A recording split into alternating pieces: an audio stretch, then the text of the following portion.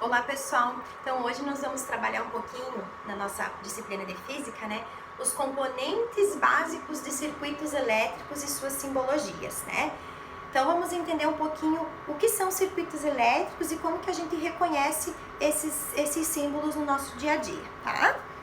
Então vamos lá. No Brasil, a Associação Brasileira de Normas Técnicas, a ABNT, ela sugere o uso de determinados símbolos gráficos, tá, pessoal? Para padronizar a representação dos dispositivos elétricos e eletrônicos em diagramas e projetos, né? A tabela que eu vou mostrar para vocês agora, ela mostra algumas representações ao lado de suas fotografias dos respectivos componentes, então. Então, olha só. Então, olha aqui, nós temos o elemento a pilha, qual que é o símbolo utilizado, qual que é o gerador de energia dele, interruptor aberto, fechado, resistência fixa e variável, o diodo emissor de luz, tá?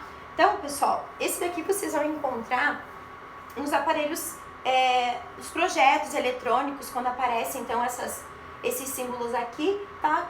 Se referindo a que tipo, que simbologia de energia que está sendo, então, utilizada ali, tá? O que são resistores, né? Então, a gente ouve falar muito em resistores, resistência de aparelhos, né? Então, os resistores, eles são peças construídas com uma resistência elétrica específica, tá? Em geral, elas são destinadas a limitar a intensidade da corrente elétrica que percorre um circuito, evitando o mau funcionamento do aparelho.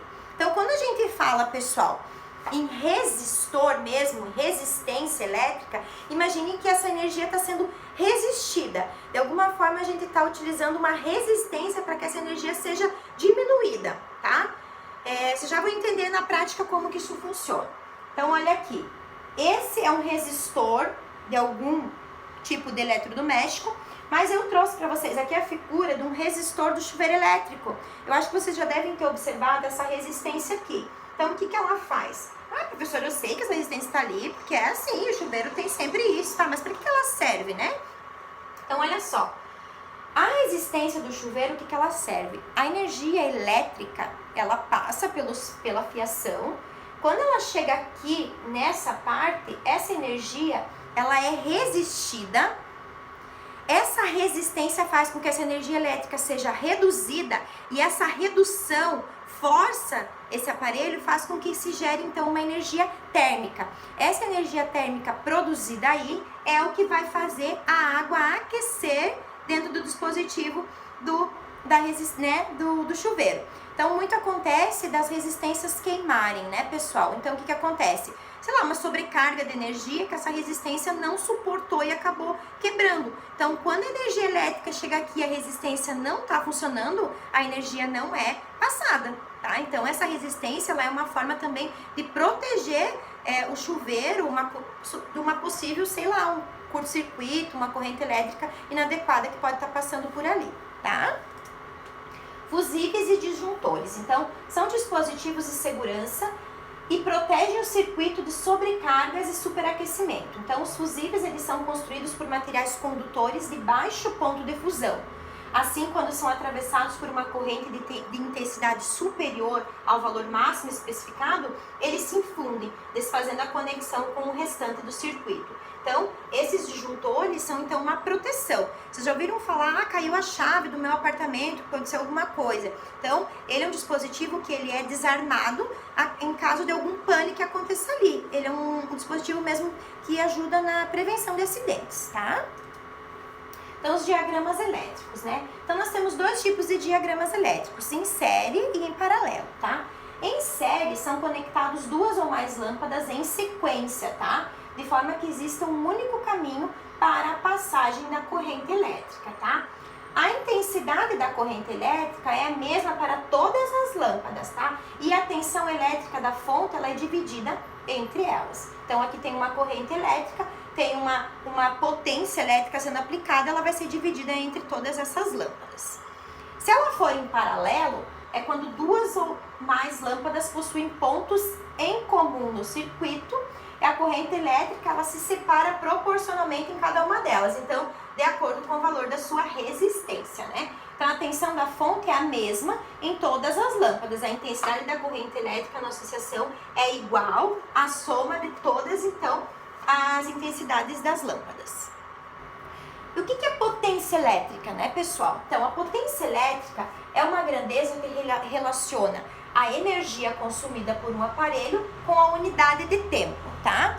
Então, tomando como exemplo um liquidificador. Então, eu peguei aqui o meu liquidificador, trouxe ele aqui para mostrar para vocês. Então, ele tá aqui, tá, pessoal? Meu liquidificador. Então, olha só. Esse meu liquidificador, ele transforma a energia elétrica. Então, se eu ligar esse liquidificador na tomada, ele vai estar recebendo energia elétrica, certo? Essa energia elétrica, ela vai fazer com que a hélice que tem aqui dentro gire, né? Então, esse giro da hélice, né, é uma energia mecânica, né? Ela é ativada, então, a partir da energia elétrica, essa energia mecânica para que esse meu aparelho funcione, né? A quantidade de energia transformada em um determinado intervalo de tempo de funcionamento, então, é a medida da sua potência, tá?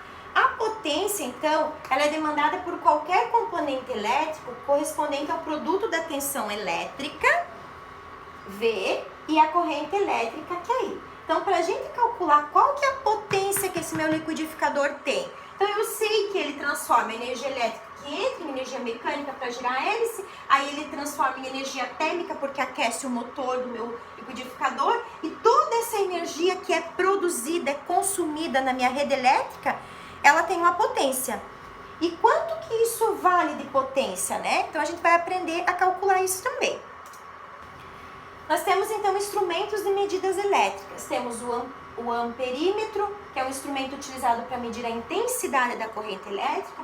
Nós temos o voltímetro, que é um instrumento responsável por medir a tensão elétrica, tá, pessoal? E o ohmímetro, que é um instrumento responsável por medir a resistência elétrica. E o multímetro, que é um instrumento que mede a tensão, a corrente e a resistência elétrica. Esse é um aparelho que ele faz multifuncional, digamos assim. Ele faz diversas funções, tá? Então, vamos a um exemplo aqui da potência elétrica. Como que eu calculo essa potência elétrica? Então, eu vou pegar aqui um exemplo de um aquecedor. Um aquecedor, eu estou usando esse aquecedor no inverno, sei lá, 3 vezes ao dia, por 2 horas por dia. Quanto que eu vou gastar desse aquecedor? Então, você precisa de alguns dados para você fazer logicamente. Então, eu vou pegar lá. Consumo, então, eu quero saber qual que é o meu consumo, né?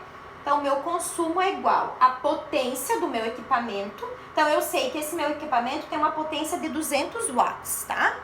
Então, eu multiplico pela quantidade de horas que eu utilizo por dia. Por exemplo, aqui eu uso 10 horas por dia. Nossa, bastante, né? E pela quantidade de dias da semana. Então, eu utilizo 10 horas por dia por 30 dias. Então, esse valor vai ser dividido por 1000, tá? Essa é uma regrinha aqui.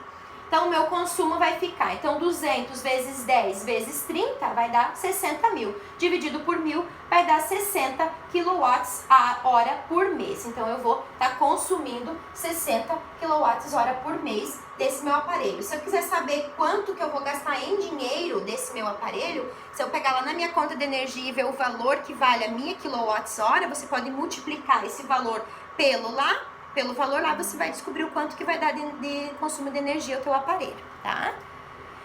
Pessoal, espero que vocês tenham entendido. Aqui eu coloquei uma figura desse modelinho aqui que a Procel fornece nos utensílios elétricos, que eles trazem o consumo de energia. Se vocês observarem, quando vocês comparem, por exemplo, essa é uma lavadora, né?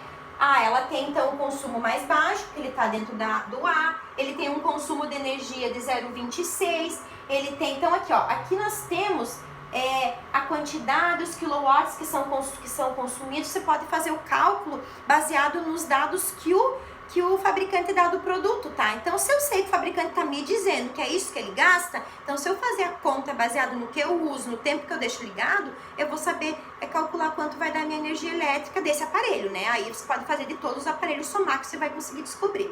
Tá bom, pessoal? Espero que tenha sido produtivo. Dúvidas podem estar me encaminhando, a gente vai estar discutindo melhor sobre isso ao longo da semana nas atividades. E até a próxima aula.